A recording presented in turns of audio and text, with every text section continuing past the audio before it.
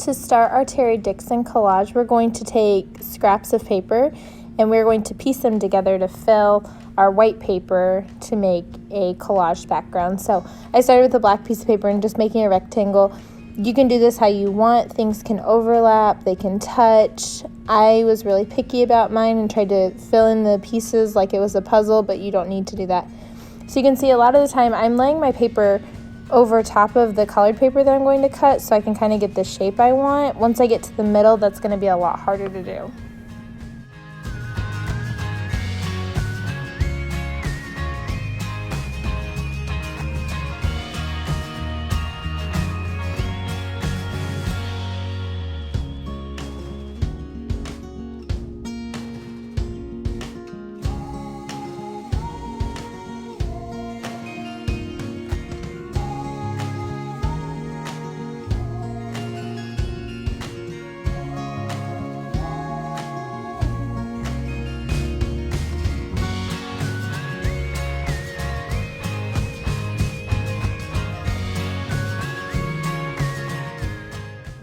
So once you've glued all those down, we are going to use some paint markers and oil pastels to draw designs in the background, similar to what Terry Dixon did. So I'm starting with the paint markers, and we'll need to let these dry a little bit because they can smear just like paint, but they do dry pretty quickly. And some colors you'll notice will show up really well and some will not. You might even need to go over them a second time and make a second layer so that they show up a little nicer.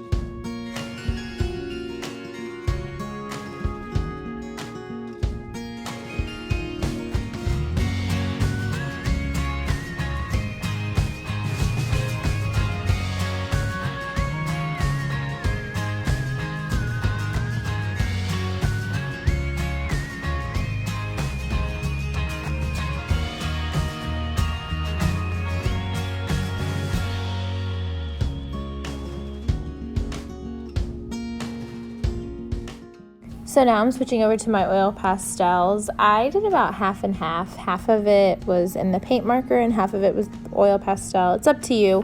If you really don't like the way the paint markers work and you want to stick with mostly oil pastel, that's fine, but I think it's fine to do a little bit of both too. Keeps it a little bit more realistic to what Terry Dixon would do in mixing lots of different materials together. And keep in mind, some of these things will get covered up once we put our faces on top of it.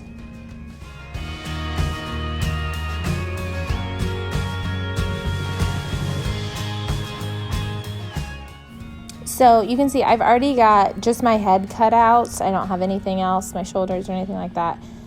And I'm going to split that, and I like to do that on the back just so I know what I'm doing and I know where I'm splitting them. But I would split it just into 4 pieces. If you do too many, it's going to look kind of silly, and he typically just split things into 4 pieces for it, but you can see even mine's like not even. And then I'm going to shift it a little bit when I put it on my paper.